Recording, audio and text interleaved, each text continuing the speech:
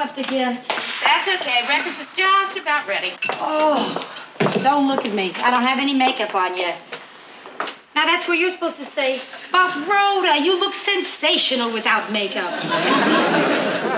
Have some juice. Right. Hi, all. And Rhoda. Good morning. Would you like some scrambled eggs? Just some coffee, thanks. I have to drive Bess to school. Don't you think you put a teeny bit too much makeup under your eyes? Hey, Mary, I watched that documentary you did last night. Oh, yeah, so did I. Hey, you both caught it. Caught it? Do you seriously think I'm about to miss any show entitled What's Your Sexual IQ? Well, what did anybody think? I thought it was informative, enlightening, and mature. Yeah. In other words, totally boring. Boring? You know, we didn't want to do that show in the first place. You didn't. Now, it was the station manager's idea to do something controversial, so we did it, and he said it was too controversial. So we ended up doing this non-controversial controversy show. Well, I got to admit, I switched to another channel. But I got a terrific talk show. They had on the woman who wrote The Sensuous Woman and the man who wrote The Sensuous Man. Unfortunately, I never did get to see the end of the show. They left together during a commercial. Well, my entire family watched Mary's show, and we found it very well done. Especially Bess. Bess watched What's Your Sexual IQ? Phyllis, isn't she a little young? Well, Lars and I never censor what our little Bess watches on television. Of course, we always have on some documentary or special affairs program or such. Oh, this is true. I dropped by Phyllis's one day, and there she was, sitting watching a stimulating educational program. It involved this group of well-informed ladies guessing if there was a home freezer hidden behind a curtain. No, I do not recall the occasion. I'll have to ask someone, possibly my husband, a man. Come in. Hiya, Bess. Hiya, Mary. I'm ready for school now, Phyllis. Good. Have a little respect for your mother, kid. Call her Aunt Phyllis. Oh, Aunt Mary, I wanted to stay awake during your program last night, but I'm sorry, I just couldn't. Oh, well, no, that's okay, sweetie. I tried, but Daddy's snoring kept making me sleepy. Good kid, good. Oh, well, we'll talk to you later. Come on. Hey, Rhoda, we better get a move on if I'm going to drop you off at work. Well, I'll put my face on in the car. Rhoda, you're not going to pull that tricky adjusting the rearview mirror thing on me again, are you? You think you have it bad. You should hear the driver yell when I do it on the bus. Mary, you know what really bugged me about that show last night? What? It was that part where you had to, add up your score, your sexual IQ. Don't spread it around, but I got a 47. Rhoda, are you serious? Come on, it's just a silly, gimmicky little test. Who cares if you didn't pass it? I know I certainly don't care that I got a 90. Wait a minute, Mary. Wait a minute. You wrote up those questions. You should have got 100. I wear flannel pajamas. Oh, I don't. I still got a 47. Wow, how do you like that? I flunked the sexual IQ test, passed the national driver's test. And Mary, I'm a lousy driver.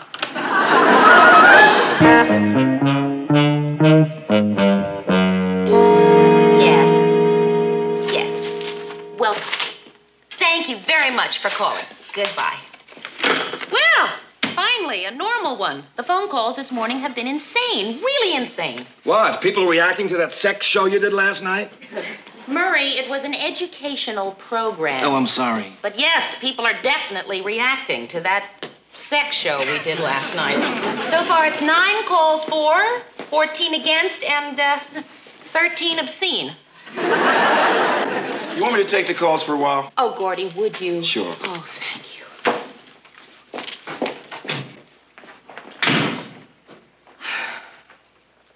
Did I ring? No, mister. It's just that it's crazy out there this morning, and I just need to take a break.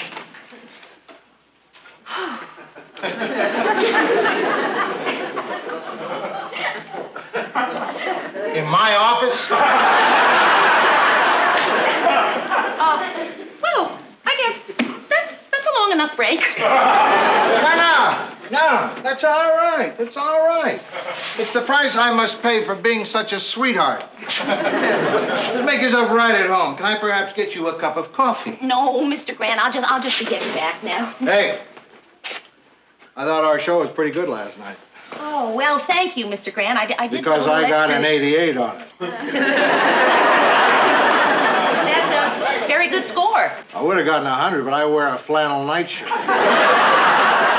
Yeah, that was the trick question. Mary! Caught your show last night. Where'd you do your research? You know what I mean about what I said? Where'd you do your research? Yes, I did, Ted. I got what you mean. Oh, yes. She didn't get what I mean.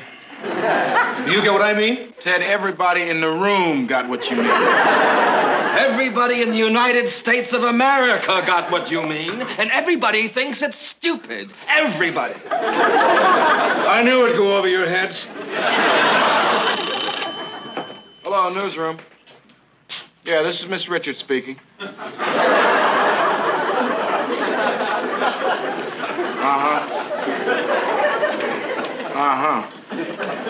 it, Yeah, hold on a second, will you? Hello? Yeah, hang on. Hey, look, man, I got another obscene caller. Let me call you back. Yeah, I know you're in a booth. All right, I'll hurry. Hello? I hung up. I tell you, Mary, these obscene callers aren't as patient as they used to be. Mary, when you finish that, will you please call sales and find out which commercial spots we still have open for tonight? yes, Sure. sir. Hello. I want to know why you didn't use me on that documentary last night. Well, we can talk about that later in my office, Ted. No, Lou. I want to talk about it right here and now.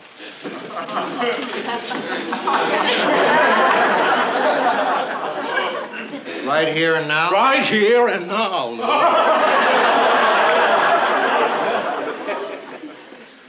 You want me to tell you, right here and now, in front of everyone in this room, people you work with day in and day out, why I didn't want to use you on that show last night?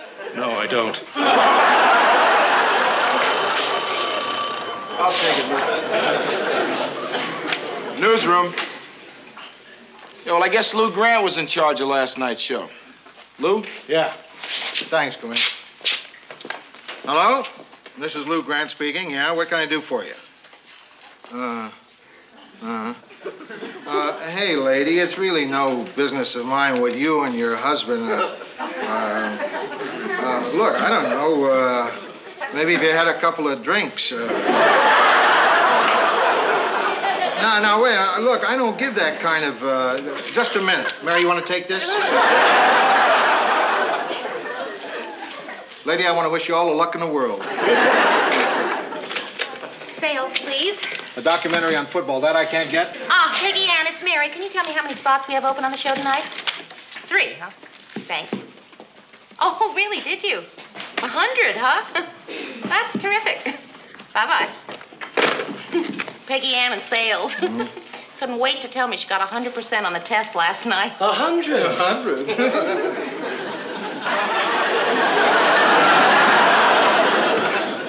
Say, Murray, if anyone asks for me, I'll be gone for a little while. I think I'll mosey up to sales and buy something. Wonder what they sell up there.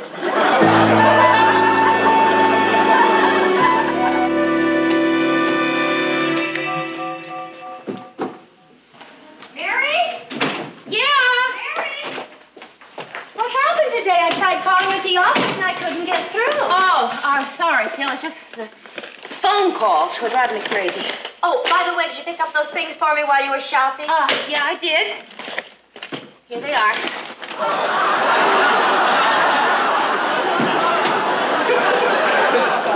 So, why couldn't I get you today? Well, I stopped answering the phone about 11 o'clock. You couldn't believe the weird calls in reaction to that show last night. Mary, would you mind if I change the subject for just a second? Oh, boy, Phil, I would love it. It's about the show last night. Phil. Well, actually, I wouldn't have thought about it had it not been for the show. This is so hard to talk about. Oh, no, they've gotten my home number, too. No, go away. I'll get it. Hello? Oh. You're right. It is an obscene call. Oh. It's Rhoda. Hi. Yeah, come on down if you want. Bye. Honestly, Phyllis, the two of you are... Oh, Mary.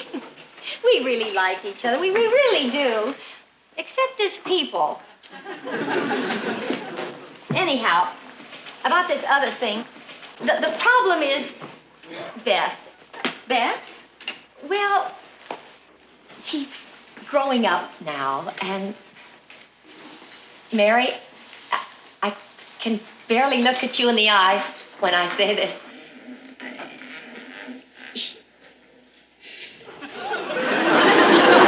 What I want to say is, I cannot bring myself to tell Beth the facts of life. Well, sex, to name names.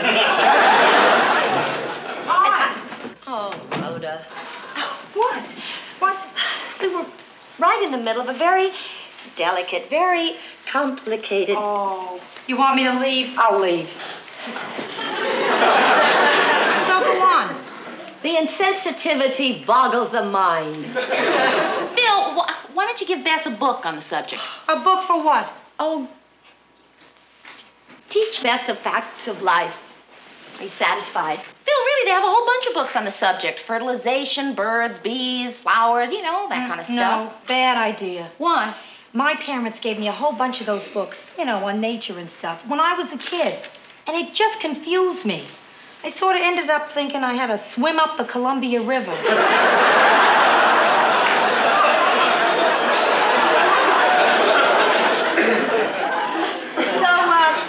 How did you finally learn? Oh. Well, never mind. Phil, if you can't bring yourself to tell Bess, why don't you have Lars do it? Lars? After all, he's a doctor. Oh, no. He'd probably just fall asleep. Mary, I was thinking, you did a documentary on the whole thing. Oh, and you want me to tell her? Oh, Phil, no, I don't think Oh, why not? Well, it's not my place. Mary, I don't want her to learn about it on the street. I could tell her. Thanks, but I don't think she needs to know quite that much. Mary. Oh, Phil. Oh, please. Oh. All right, I'll tell Thank her. you, Mary. I just hope I tell her the right way. Oh, don't worry about it. It's really easy. Well, then why don't you do it? Because handled incorrectly, it could affect my little Bess for the rest of her life.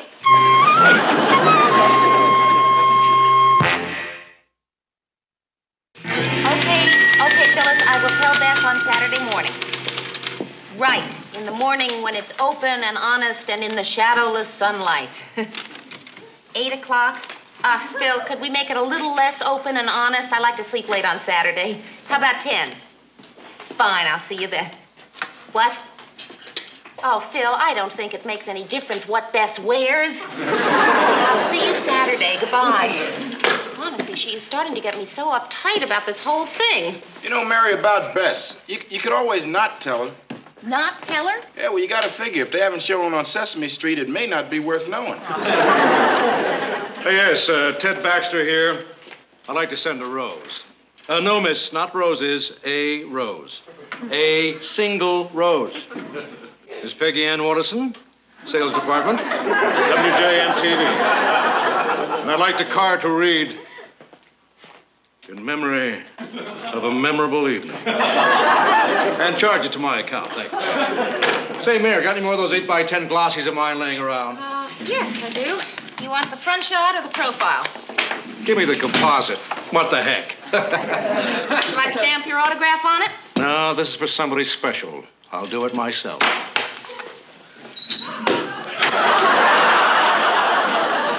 Murray, wouldn't you think a parent could tell her own child the facts of life? I never thought I would have to do it until it was my child. Oh, Mary, don't let it worry you. It's really nothing. Yeah, he's right. It's no big deal. Like with us and our kid. Now, we decided to tell him early, before he got any wrong ideas. So we just set him down and told him straightforwardly and factually, and that was that. What'd he say? He said he'd rather have a horsey. Maybe we told him too early. Ted, just out of morbid curiosity, and because I happen to have a bizarre sense of humor, how did you first hear about it? Hear about what, Murray? About sex. Well, I don't understand. Does this have anything to do with my date last night? No, he means how did you first find out about it? Oh, well, I read a book. Told me everything I needed to know. God's Little Acre. There seems to be a lot of conversation in this room, but I don't hear any typing going on out here. Could I hear a little typing, please? Sorry, Mr. Grant, it's my fault. Oh, that's too bad. I was hoping it was his fault. Wasn't my fault, Lou. Wasn't my fault. So, what's the subject?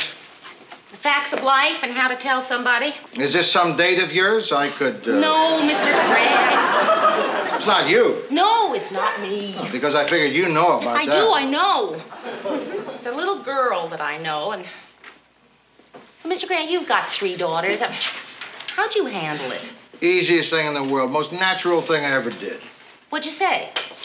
Well, I simply gathered the family around me. And I said, kids, your mother's going to tell you all about sex now. And I left. Barry, what's the date today? October 23rd. October 23rd. The day my little Bess discovers the meaning of being a woman. October 23rd. No, no, wait, I think it's the 24th. October 23rd or 4th. The day my little Bess discovers the meaning of being a woman. Oh, Mary. I think I'm going to cry. Oh, I'm so embarrassed. Oh, well, Phil, don't be embarrassed. If you want to cry, would you just go right ahead and cry? Oh, Mary, thank you.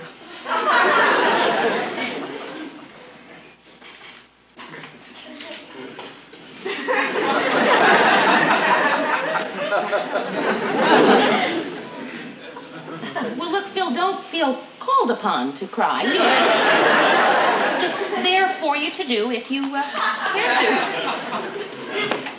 Mary, be frank. Do you think I'm copping out? Not telling Bess myself. Yes, but, Phil, if you can't tell her, then you just can't tell her. Good morning, team. Has everybody got their birds and bees sweatshirts on today? Rhoda. Oh, relax. Don't worry, Phyllis. I'm not going to say anything. I'm just auditing this course. Hi, Aunt Mary. Hi, Bess. Well, it's October 23rd or 4th. The day I go shopping.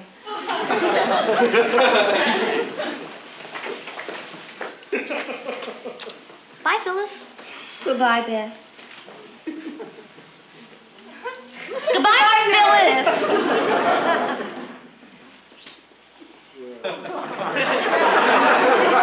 Goodbye, Rhoda. Well, are you hungry or anything? No, thanks. I just ate. Is it okay if I just watch TV? Well, what now? Well, it's just that all the great programs are on Saturday morning. You know, the non-educational ones that Phyllis kills me if I watch. Oh, yeah. On Saturday morning, they have that terrific Dr. Slime. Oh, they canceled Dr. Slime. Oh, no. You're kidding. They canceled the doc? Mary, get me a crayon. I'm writing that sponsor.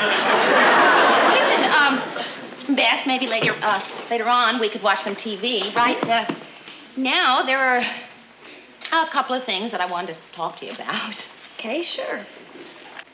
You know, Bess, I was thinking that, boy, you're really at a great age, you know. I mean, it's before you get into the whole world of dating.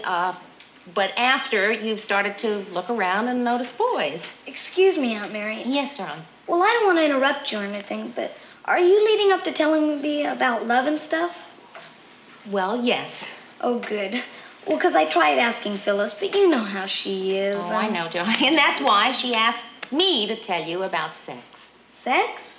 I thought you were going to tell me about love. I already know all about sex. You do? Sure, since last March.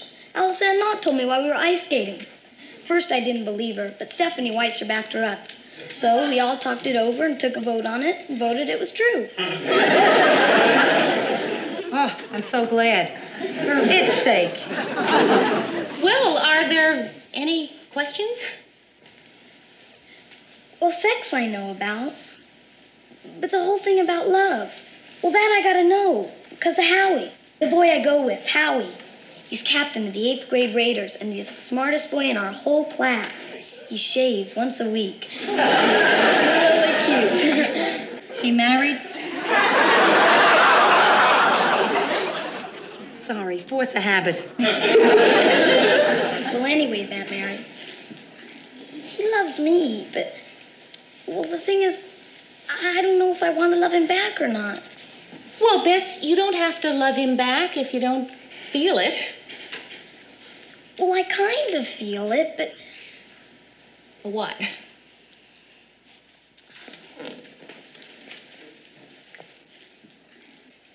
Well, everybody says that love and sex go together, right? Well, yes.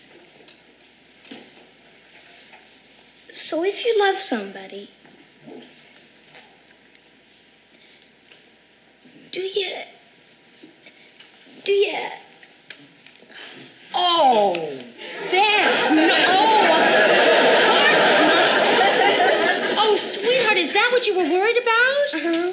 Oh, Bess, darling, no, you don't even have to think about that for a while. No, darling, you are allowed to love someone and not even be concerned about the other thing. Really? Sure. Just look at any couple who's been married 10 years.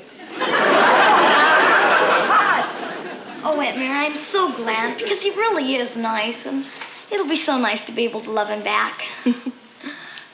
Aunt Mary? Yes, darling? Can I watch TV now? Yes, you may. Well, how'd I do? Oh, Mary, great. Inspired even. Yeah. Thank you. Listen, there was really some good thoughts in there. Yeah? Yeah, separating sex and love. I don't know what you did for the kid, but I think you just changed my life.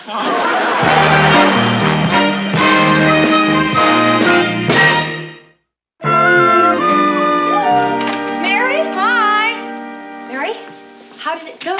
It went fine. Just fine. It wasn't traumatic for her or anything? No, Phyllis. I think Bess has a very nice picture of the whole thing. Oh, good. Oh, I think I'll go tell her myself now. Phil! She already knows. Oh, I know, but now that the ice has been broken, I think it would be a nice memory for her to hear it from her very own mother. Whatever you think is best. I know exactly what I'm going to say. I'm going to make it sound beautiful and spiritual and ethereal. I'll make it sound almost true.